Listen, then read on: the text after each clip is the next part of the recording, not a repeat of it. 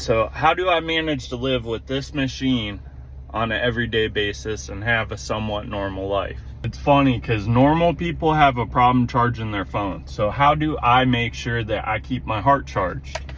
And how do I make sure that I take the pills? And it's not that hard of a life if you adapt.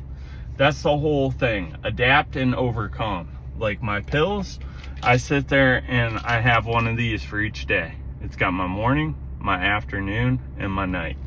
And I take 20 plus pills a day. So, I mean, I'm taking a good chunk of pills. If you want to have a pretty normal life, then you have to install systems in your life. Like I have a backup case. In case something goes wrong, I have this if I forget to change out my batteries, which happens a couple times a week.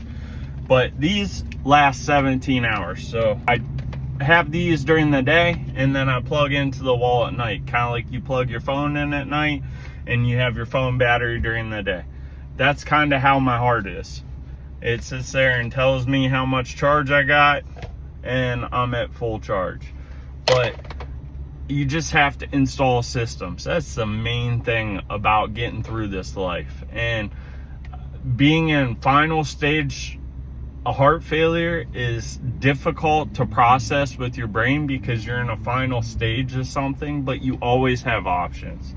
Like I have the option of my heart actually repairing or I get transplant. So there's options out there. So it's not necessarily the end of my life. It's just maybe the end of this heart and I would have to get a new one, but I'm trying to rebuild that.